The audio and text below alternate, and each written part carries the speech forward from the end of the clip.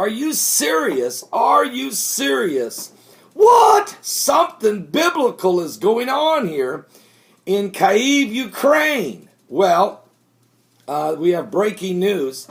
There has been some type of an announcement of concessions been made by Ukrainian President Viktor Yanukovych. Now, in Kyiv, Ukraine, there has been unrest, and 70 people died yesterday in a bloodbath, snipers, shootings, and torturous events. Well, and there's been exchange of war of words, if you will, between United States of American President Barack Obama and the President of Russia, Vladimir Putin. Well, let me just tell you what's going on. Reuters is reporting from Kyiv, Ukraine. President Viktor Yanukovych has announced concessions to his pro-European opponents on Friday, including a plan to hold early elections, but it was unclear whether the opposition would accept such an EU-mediated deal to end this violent crisis. Now, Russian-backed Yanukovych, under pressure to quit from mass demonstrations in central Kyiv, promised a national unity government and constitutional change to reduce his powers as well as the presidential polls. He made the announcement in a statement on the presidential website without waiting for a single agreement to even be signed with the opposition leaders. He announced the deal was done after at least 77 people have been killed in the worst violence since Ukraine became independent 22 years ago. There are no steps that we should not take to restore peace in Ukraine, he said. I announced that I am initiating early elections. But European Union mediators trying to broker a compromise said that the opposition was seeking last-minute changes, but they still expected a deal to be signed today, Friday, February 21st, 2014. There were fistfights in the parliament as the political tension mounted. The sprawling nation of 46 million people with a shattered economy and epidemic of corruption is at the center of a geopolitical tug-of-war between Russia and the European Union. The German and Polish foreign ministers were in Kyiv, Ukraine, to promote the political compromise to end the bloodshed amid a standoff between riot police and anti-government protesters who have occupied a central square known as Independence Square for nearly now 3 months. Poland's Sikorski tweeted that he and Germany's Steinmeier were going to meet the representatives of the street protesters to discuss the draft agreement.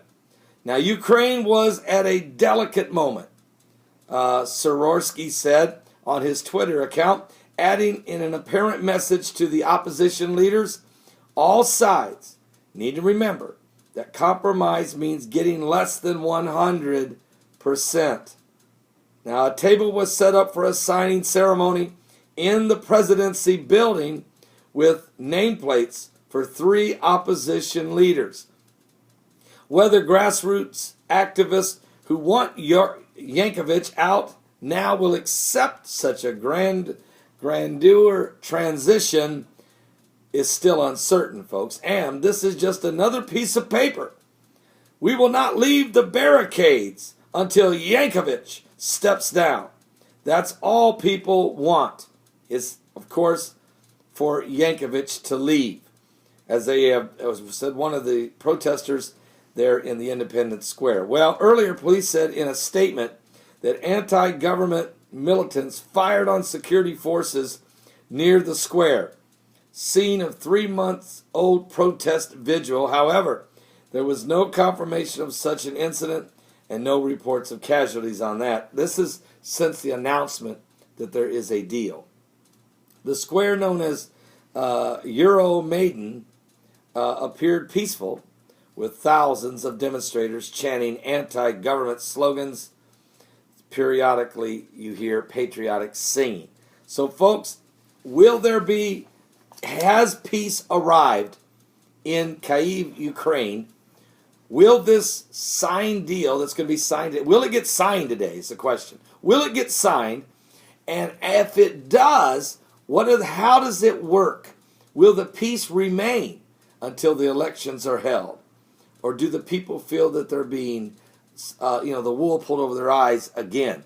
And what will be the relationship going forward between the United States of America and Russia and China, the three major superpowers of the world?